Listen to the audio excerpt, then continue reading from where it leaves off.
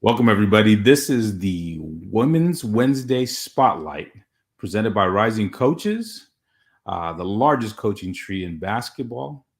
It's super important that you understand this.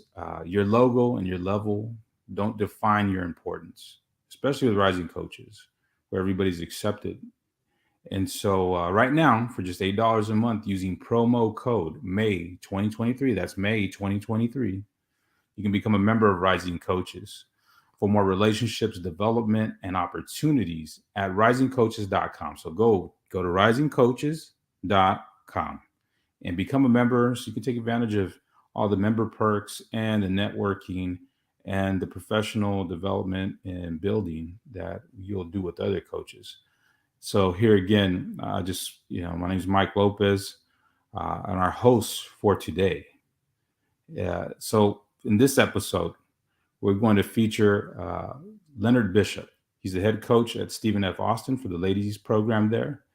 And so we just want to welcome to the program, Coach Bishop. Welcome to the program. I appreciate it, Mike. It's an honor to be here today, man. Awesome, man. And we're honored to have you. Just recently been named the head coach here in April. A lot of things to be done, obviously. And so taking the time, making the time to be with us is super important. And I'm just happy to have you on now. Can you give us a quick breakdown of your professional progression in coaching? Because it wasn't always the head coach. You weren't always the head coach and having that kind of responsibility, nor the responsibilities of doing this, that, and the third. But how did your progression come about? Well, I guess even before we got to the professional ranks, it kind of started when I was a kid. My dad being a coach in DISD for over 30 years. I got to see it every day, day in and day out. And so that's something that I always kind of look towards that would possibly be the next step whenever I finish my my playing career, sorry. So, yeah, that's something that I always looked at. And my dad's not only been a role model for me as far as my career, but obviously in life. And so just following in his footsteps, this is something that I always kind of figured out I wanted to do. So, it's crazy because my first coaching job was in Missouri Baptist as an assistant coach in St. Louis, Missouri, and I got that job because my dad in the summer times to supplement his income would work at the Dallas Mavericks camps, as a lot of great young coaches did in the Dallas area back in the early 90s and 2000s.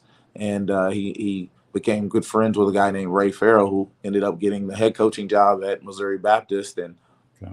they became friends there. And then when I graduated college, I went to start working the Dallas Mavericks camps. And Coach Farrell was still working there, and he said he possibly would have an opportunity for me. So I got my start there at Missouri Baptist. I was there for 1 year, and then decided to come back to Texas.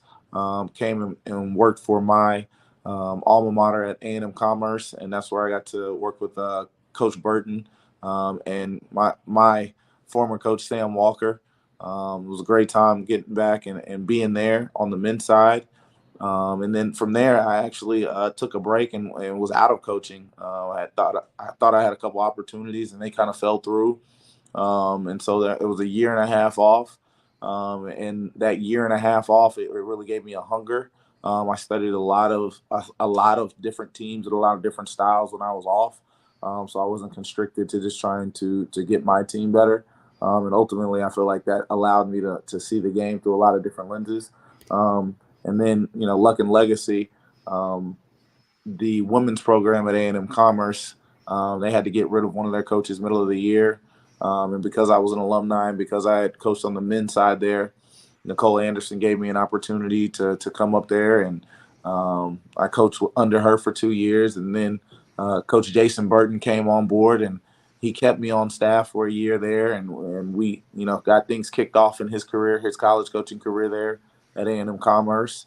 And from there, I got out here at Stephen F. Austin with Mark Kellogg, who, again, is an amazing coach, really one of my mentors. And he just allowed me to grow under him. I was hired on as a third assistant and worked my way up to the associate head coach. And he continued to give me more and more responsibility and more trust because, again, I was working day in and day out with him, shoulder to shoulder.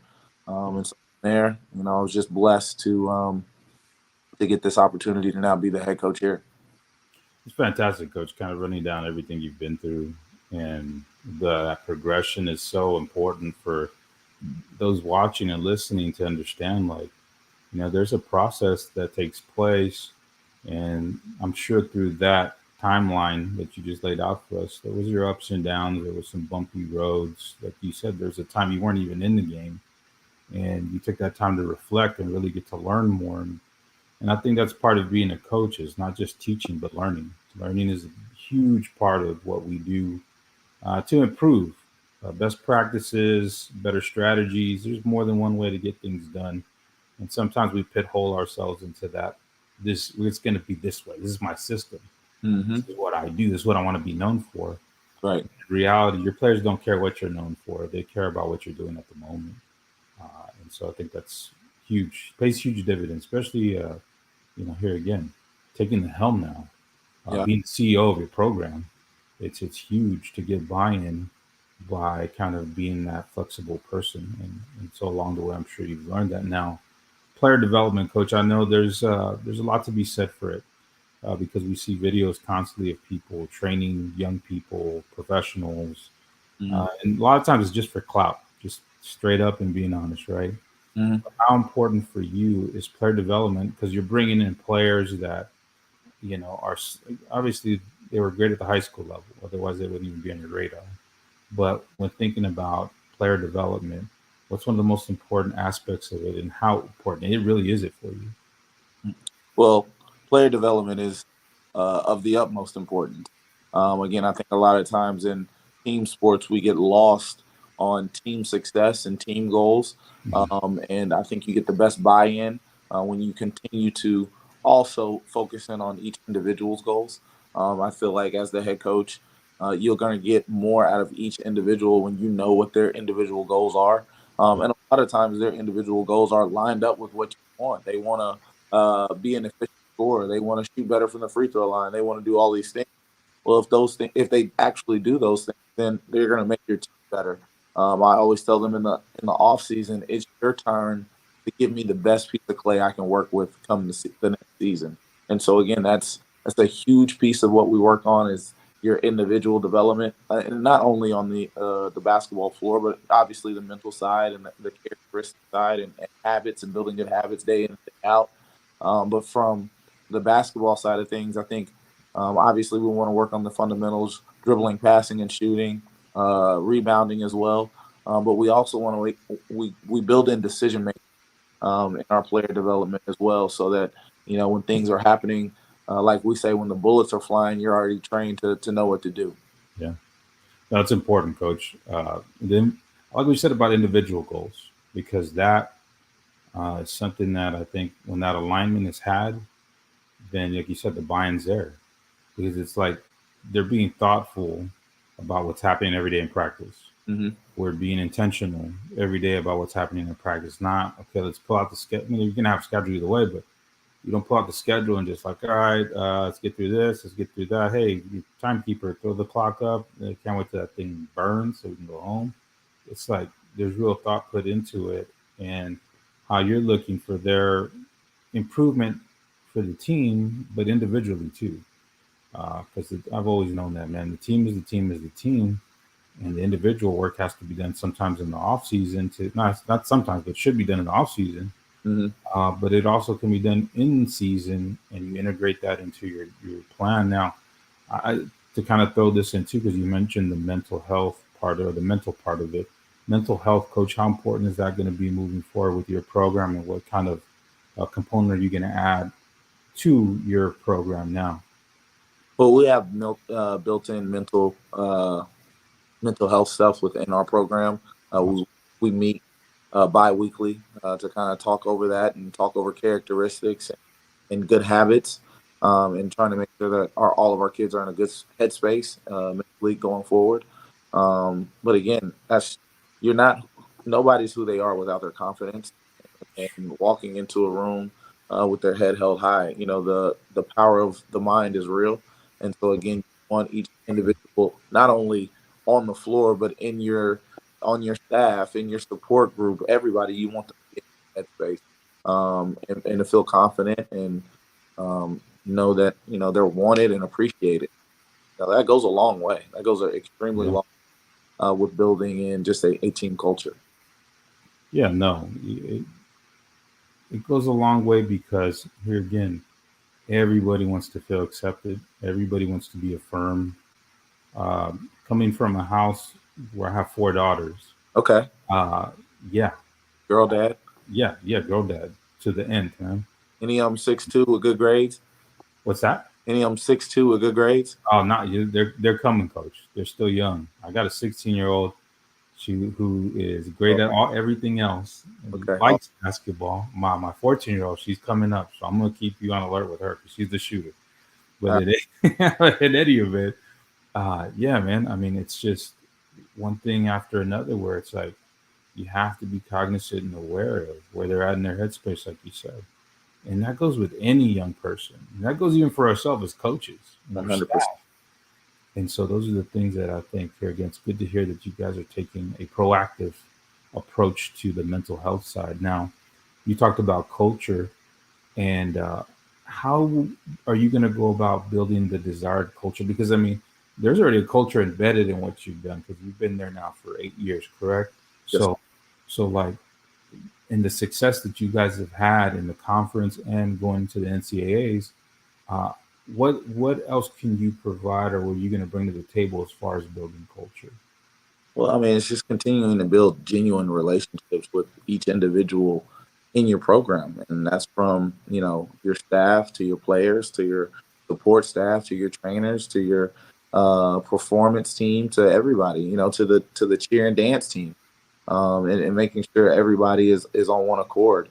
Again, our our leader Ryan Ivey, our athletic director, he does an amazing job of making sure that our athletic department has a great culture, and so that's something to model after as well. And then again, like you just stated as well, Coach Kellogg, while we were here, has built an amazing culture, and that's just built off of learning each individual, learning what motivates them, inspires them, and pushes them to be their best self. And then, like I said earlier, what's their individual goals? Again, they're a lot of them are going to come in there and tell you their individual goals, and it's my job to be realistic with those individual goals and tell them where they can get there and understand that to get probably to their desired goals, they're going to have some growth, and growth is not linear and it's not comfortable.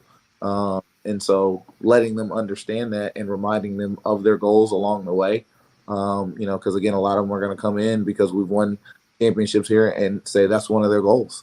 And so, okay, well then, what does it take to win a championship? And we're going to lay that plan out, and then we're gonna follow it to a T. And then if we fall short, we fall short. But again, we know we did everything in our power to prepare ourselves to go out there and perform at our best. Yeah, coach, because those things are realistic for your program because Mm-hmm. you've experienced it already, and the tradition there of winning, of being successful. And so, as you say, like continuing that process, and then here again, being honest with players it's key. I mean, it's key to not lie to your players, especially at that time in their life. They're looking for truth tellers because they came up being the great middle school player, the great high school player, and everybody kind of just said things to them to make them feel good and pacify them, and I guess keep their confidence going. But now they kind of have to self-generate confidence as well now. Yeah, I mean, look, college is hard. Yeah, College is hard. I don't know how it was for you, but again, for a lot of them, it's their first time away from home for a long time.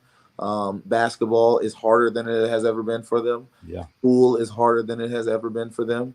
And so again, you're combining all these strains on them, and then obviously they have external pressure from obviously their parents and their families, and because they were such good stars wherever they were in their hometowns. But again, it's aligning all of those things and making sure you're taking care of them and giving them a great environment and culture so that they can grow, so that they can experience failure. Failure is a part of the process. for sure.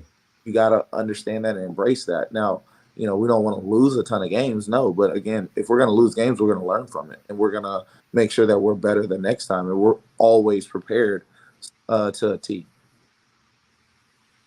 Yeah, and so I think like when you talk about coach learning from losing as well, you'd rather have that pre-conference.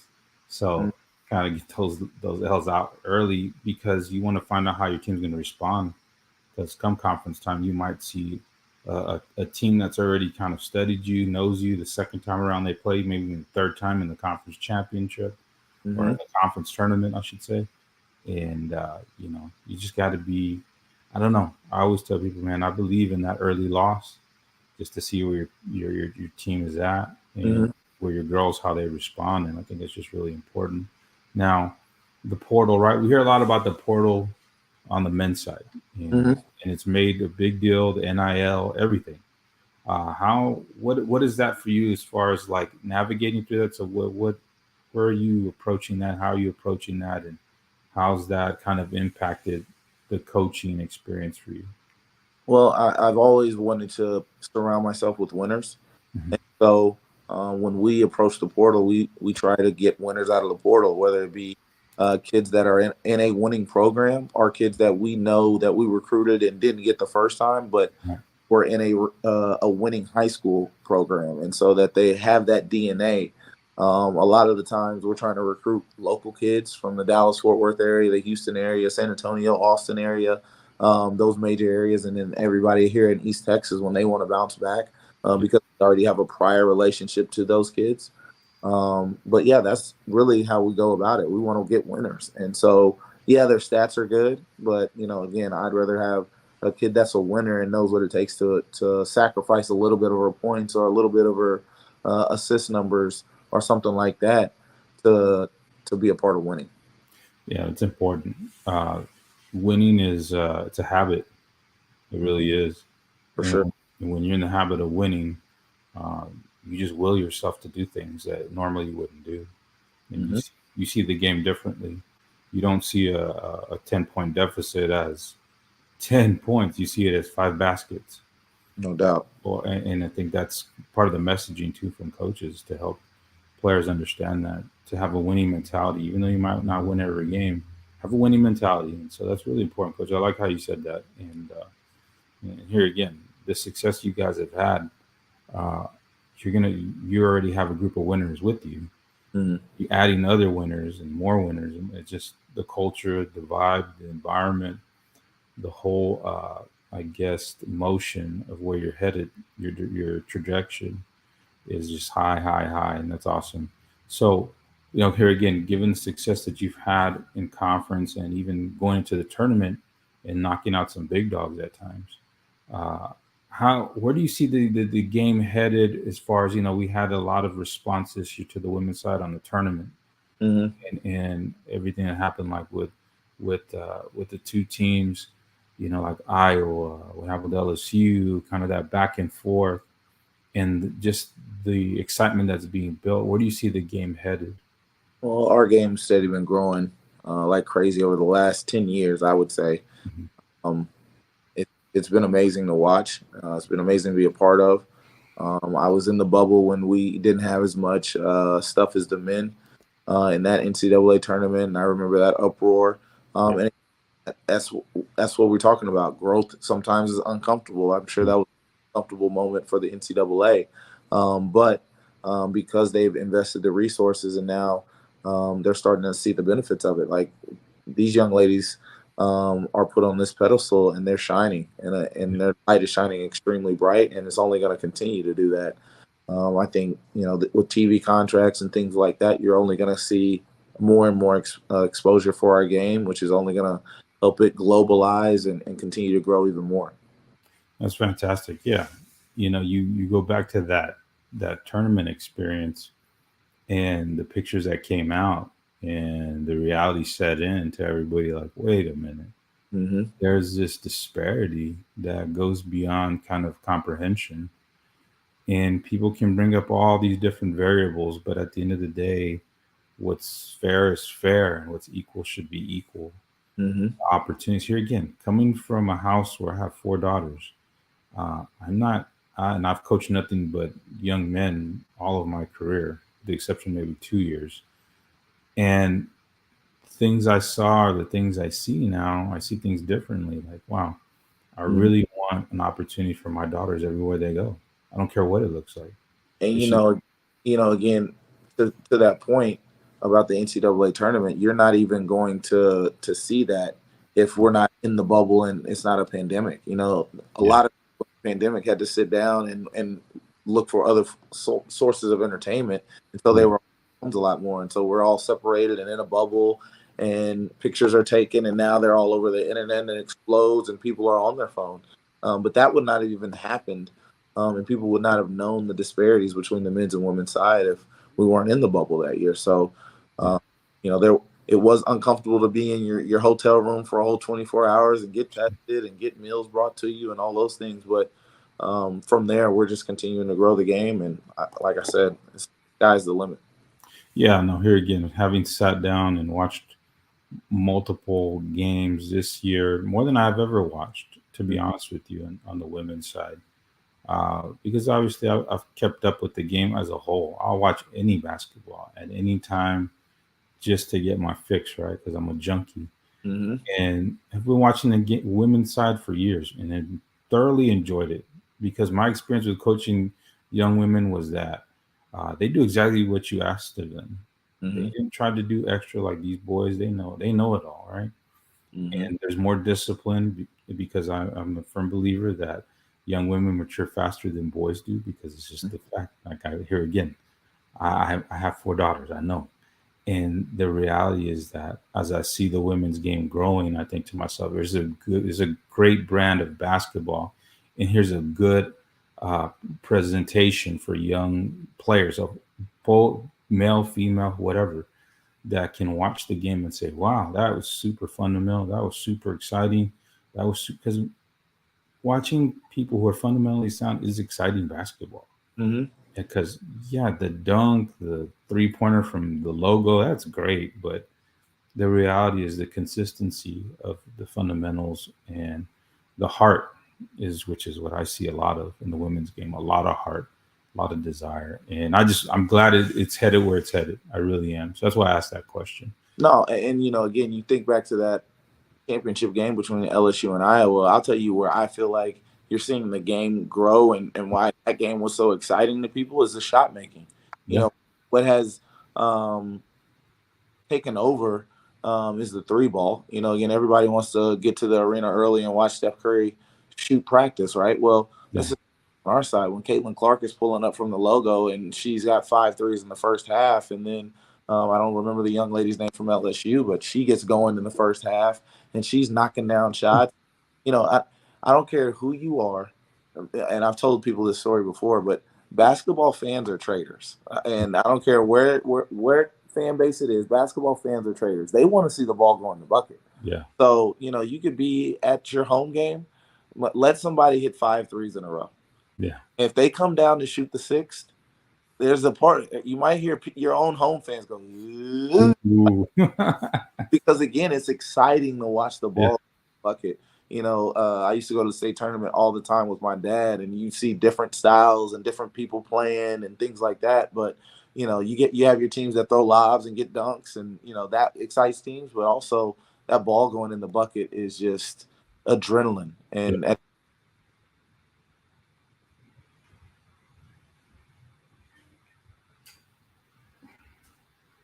yeah, no, yeah, coach, you're right on the money with that. I mean, that's ultimately, as a basketball lover and a fan of the game, Mhm, you appreciate what you're watching. You appreciate the artistry and the craftsmanship of it all.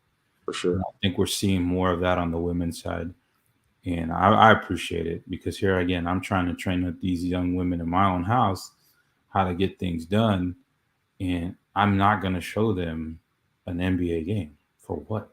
Like, Hmm. they're not going to do that.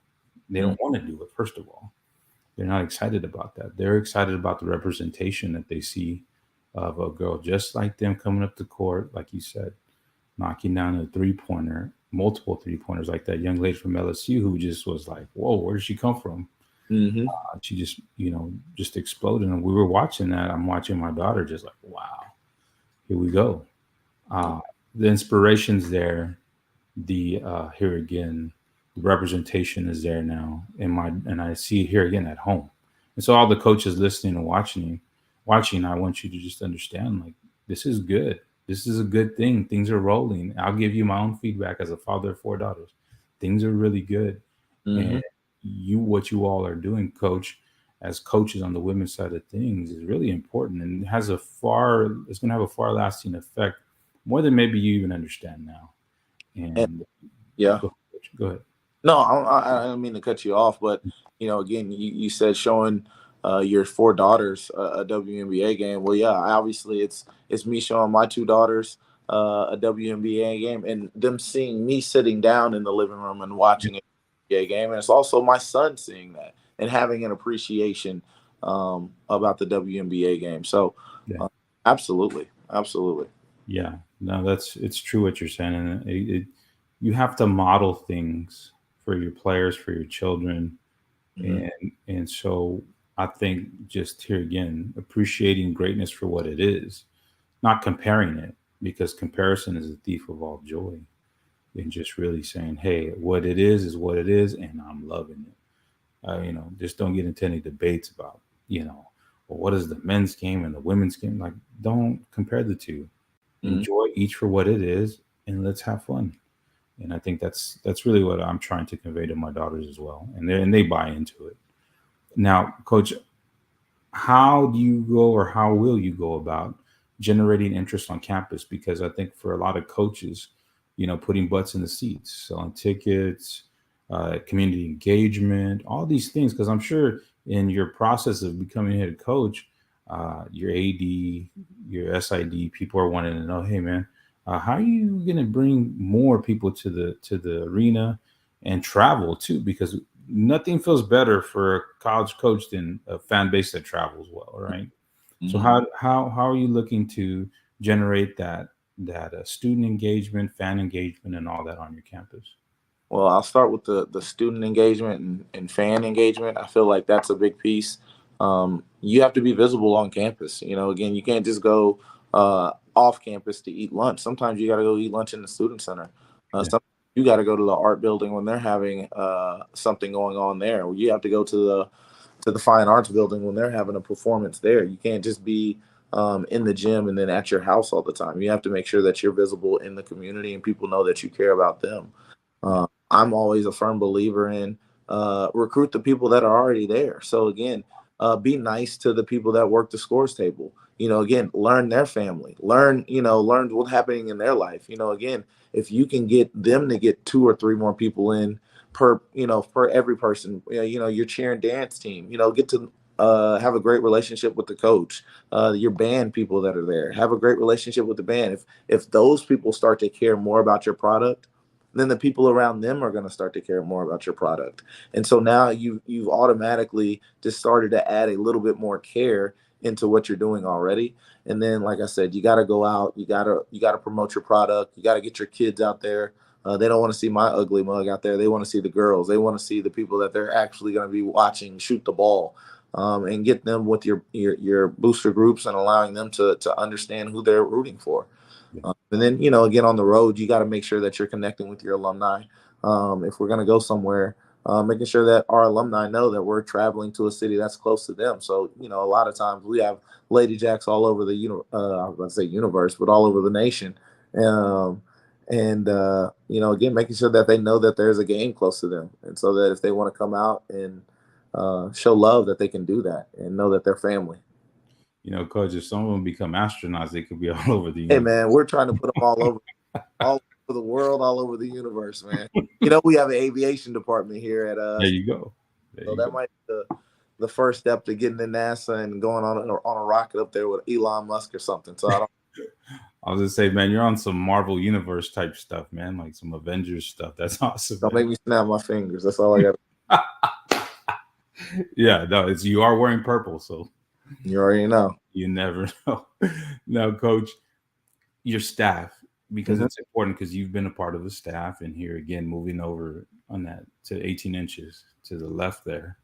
Uh, how important, or I guess, how can you better serve your staff as the head coach? Again, that's something that I'm still working through as the head coach. Again, I want to get people that are enthusiastic and excited to sell this purple and white in this university and this program. I think the best way to help them, and that I've been helped by a lot of my mentors, Sam Walker and Mark Kellogg and Jason Burton probably being the leading candidates in this, is just having a culture of promotion. Again, I would go out on the road with my head coach, Coach Kellogg. He was like, man, Coach Bishop, he does a great job for me. He would be talking to other coaches about me. Yeah. And the same way I'm going and selling him to recruits, he's selling me to everybody that would listen. And so again, just building that esteem in your coaches while you're steady giving them responsibilities, that allows them to run through a wall for you and allows them to feel good about themselves. Everybody wants to be affirmed. And so if you're telling them, hey, man, I believe in you. I trust you. Hey, this kid, hey, she's going to be a rock star. Or, hey, this new coach I just hired, he's going to be amazing because he got X, Y, and Z. He's got the X's and O's. He's got the recruits. Man, I'm telling you, he's a rock star. And that culture of promotion is something that I've always been a part of, and really thought is important to any staff that you're a part of. If I have a recruiting coordinator and I go on the road, well, yeah, she's one of the best recruiting coordinators in the country, if you ask me. And why is that? Because she works for me and she's doing an amazing job. And so to me, that's what I see every day.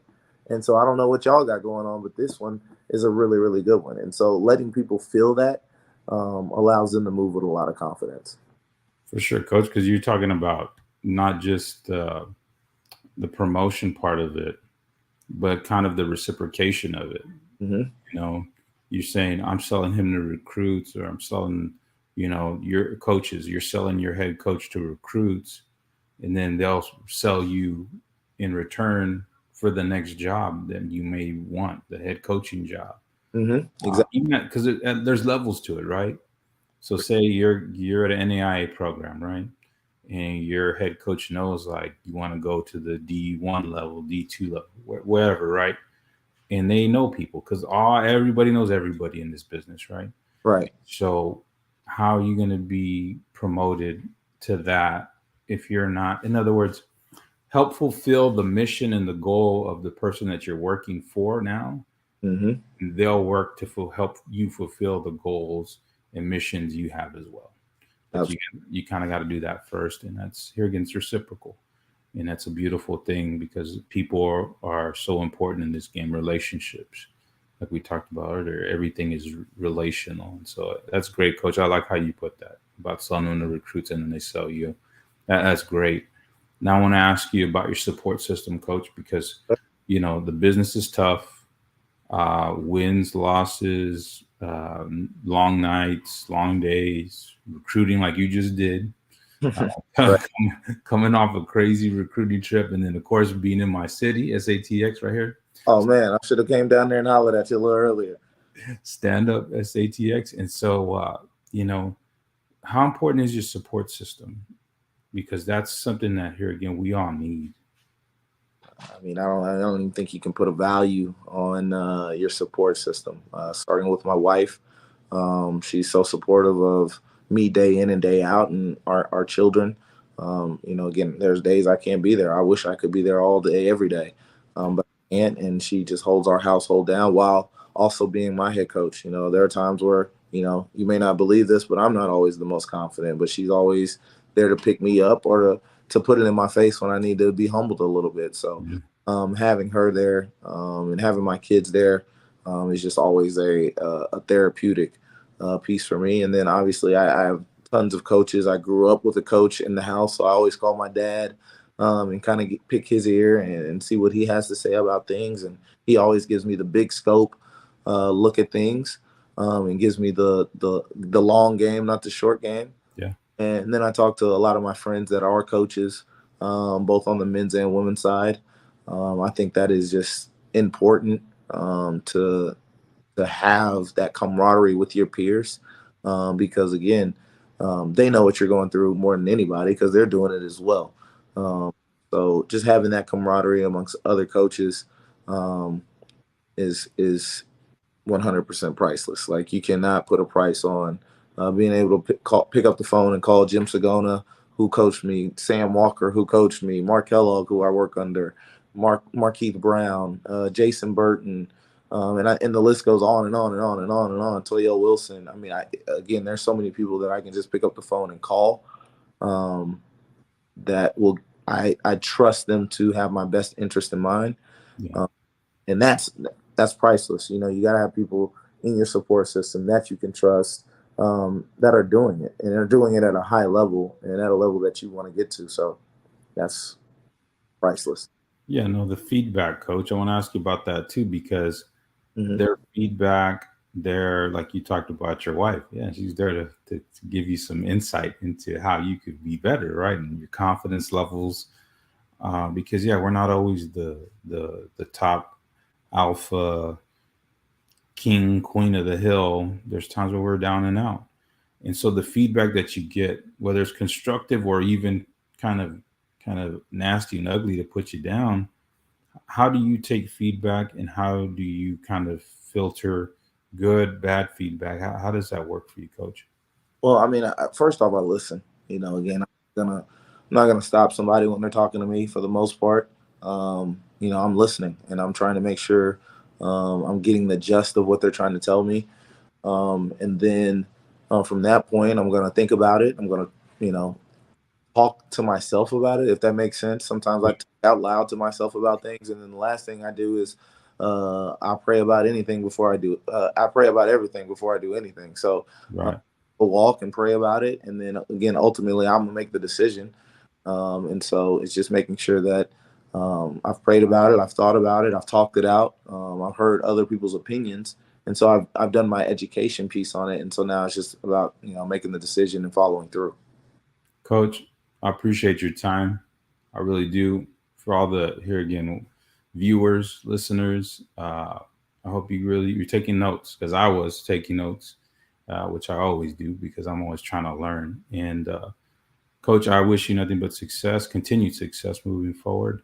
Happy hunting out there in the recruiting trail. I appreciate it. And no, just here again, taking the time, making the time, because I know your schedule is really busy and hectic, like it is for a lot of people.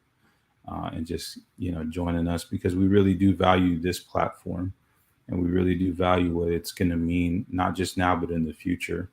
Rising Coaches really looks to implement a lot of diversity in ways that other platforms just aren't ready to or willing to. We're going forward and really taking the bull by the horns. And so, and you're part of that process as well, Coach. So here again, we thank you so much. No, I appreciate you guys having me on, and again, we may need to have one of these this time next year, a year in after I've had my first year as a head coach and went through, Sure.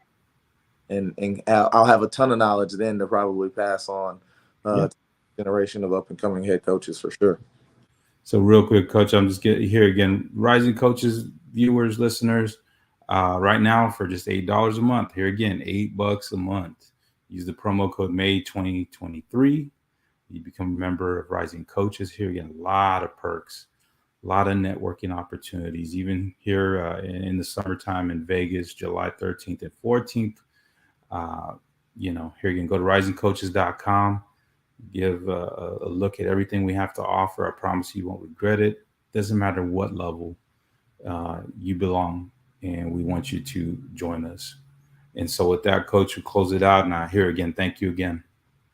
No, I appreciate the time, man. Ask some jacks. All right.